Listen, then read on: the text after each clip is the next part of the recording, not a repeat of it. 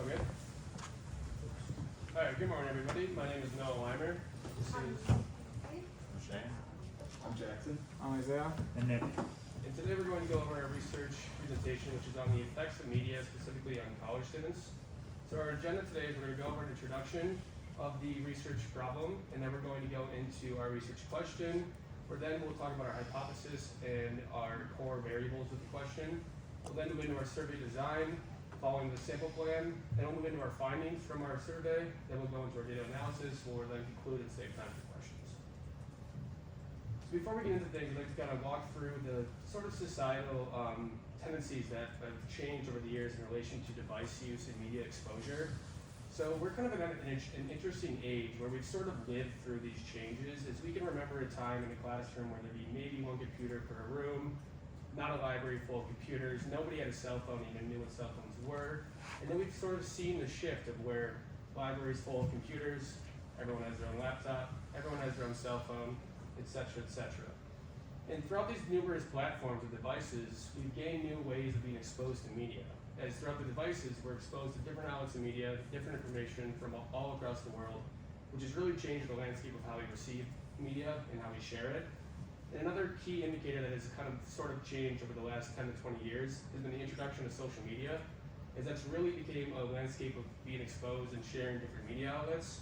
And we're sort of been kind of classified almost as test bunnies to this new digital age, as we've really lived through the changes, as we've seen the movement of how device use and media exposure has changed and accelerated over the last 10 to 20 years, which has kind of cultivated the fact that we really don't know the effects yet, but we do know that we're being affected, given the fact that the way we live today, the way we communicate via cell phone, laptop, various devices, is completely unique and completely different from the way the rest of human history has ever lived. So we do know that there are effects at play.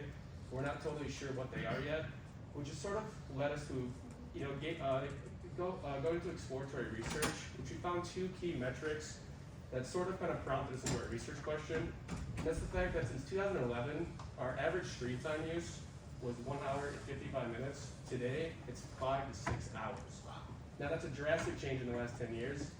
And over that same time period, college students reported in 2011 about working about 25 hours a week on schoolwork.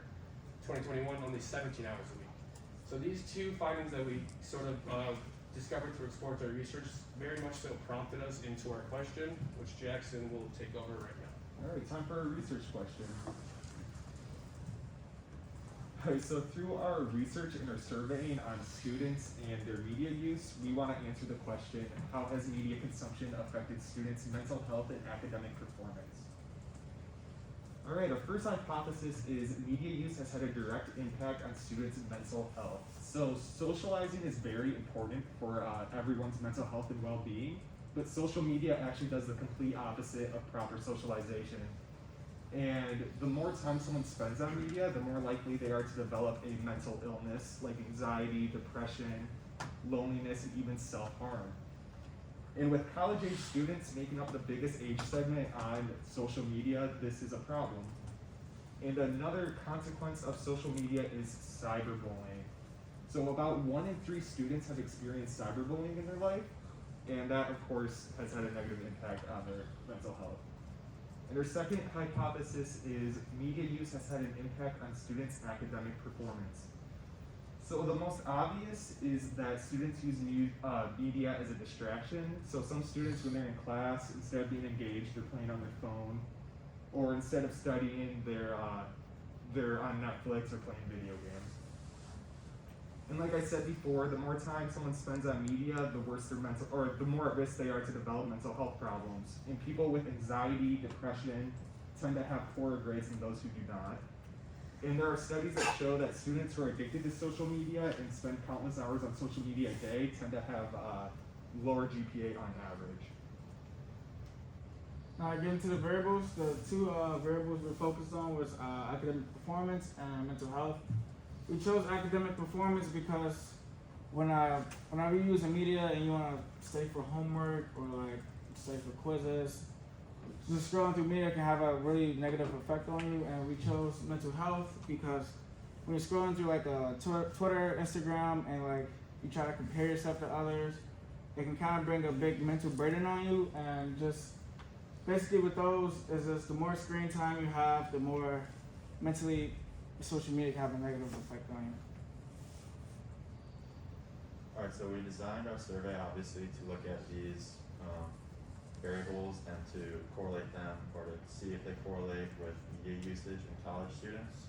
So we administered our survey February 28th on campus, and we got a lot of results really quick because we use social media obviously to get a lot of people to take the survey.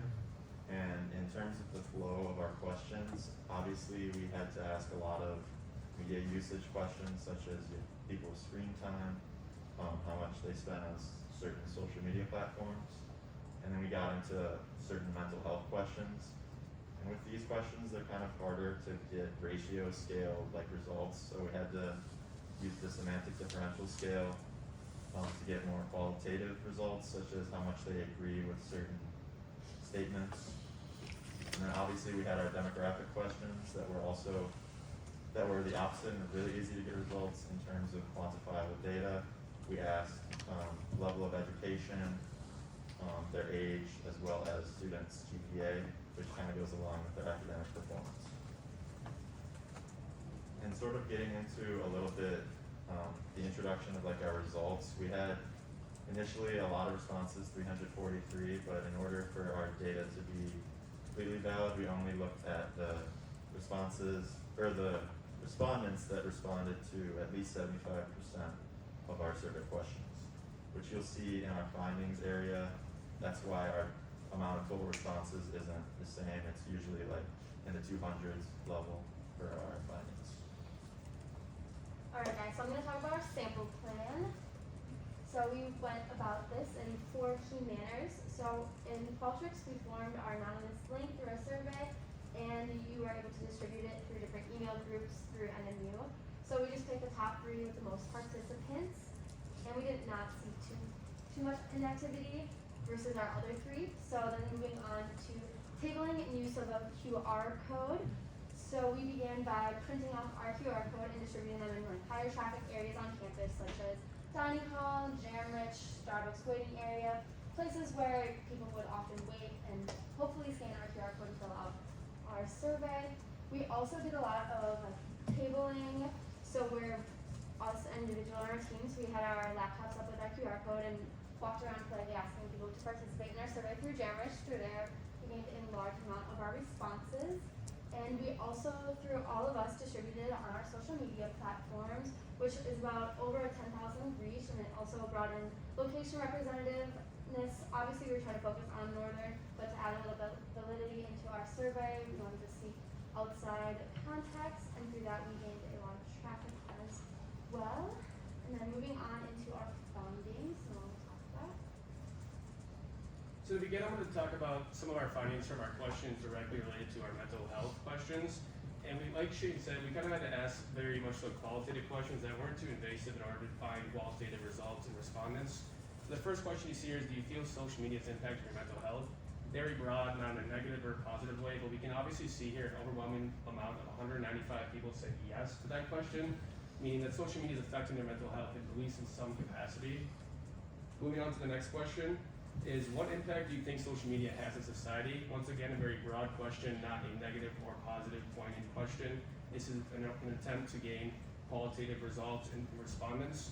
As you can see here, that the difference between positive and negative is not that substantial, which has given us an ability to infer on how students are feeling about it in social media in a sense, on the impact it has in society in general. And moving on to the last question, or the last couple of questions here, is we kind of wanted to ask some questions if they felt pressure to engage in social media, meaning they felt pressure to post, to share, to seem like they're appearing or living a healthy life, and as well as do we feel distracted from important tasks. As you can see here, that the respondents didn't indicate a substantial amount of pressure to be engaged in social media, but they did have an overwhelmingly response to yes, they are distracted by social media, which directly turns into our questions related to academic performance, which Mason will discuss now. So just like a little bit of overview, we asked students what their GPA was. Majority of our respondents answered above a 3.0 GPA. So that just sets a little bit of background to the next question. So this kind of went into how like your media habits and consumption translate into sleep, procrastination, and academic performance. So as sleep, our mean average, about 53% of our respondents felt that their consumption affected them, and procrastination was significantly larger, with about 72% of people feeling that they procrastinate and use media in place of doing important tasks, as we had referenced earlier. But then we did not find as key correlation with academic performance. On average, about 40% of people felt they were affected, whether that be negatively or positively. So kind of looking at our descriptive analysis for our whole survey, all of the subjects that we used, about 36% were male, 56% were female, and then about 3.1% were non-binary or prefer not to describe. Of that, as you can see here, we have the different ranges of percentages of what year you are in school. I'm not going to go through it all because you can see it. Our average age was 20.82 years, at a standard deviation of just over 1.5 years. And then the average hour of screen time that we saw overall for our survey was about 2.5 hours with a standard deviation of just about 1 hour. And then obviously we asked what media apps people used the most, and our two highest that came back was TikTok at almost 30%, and then Snapchat at again almost 30%.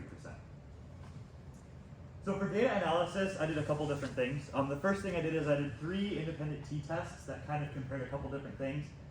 So I compared the male and the female participants between how many hours of screen time per day, how was mental health affected, and then what the GPA was. For how many hours of screen time a day that we found, women had more hours of screen time per day compared to men. Media affecting mental health, we also had more closely related that women were more impacted if they did have an effect on mental health. And then for GPA, we found that men actually had a lower GPA overall compared to women. And so we thought that was kind of interesting because even though women were impacted more, both with how much screen time they used and if their mental health was affected, they actually had better grades in general. And another comparison I did is I did 2 linear regressions. One about how overall screen time affected GPA, and then the other one overall about how screen time affected mental health. And this was really interesting. So we found that screen time affecting GPA, it was statistically significant. And that we found that for every unit of screen time, so every hour of screen time that you do, your GPA actually goes down, which was really, really interesting. But compare that to the mental health, we found that it was not statistically significant within our data. And actually, the way that the data came out is that for every hour of screen time you used, your mental health would have actually gone up if it was statistically significant. So that was really interesting for us compared to what we assumed was going to happen. Did not quite happen. And so in conclusion, we found that our team found that it's statistically significant that screen time does affect your academic performance. So kind of concluding our hypothesis, if you do spend more time on the screen, you're distracted from your work, you're going to be doing less time studying, you're going to perform worse. However, in our study, we did not find that it was statistically significant that if you were going to be on social media more, that your mental health would be worse. But then again, that's just within our study. There are other things, obviously it just depends on our sample. So thank you guys. Thank you.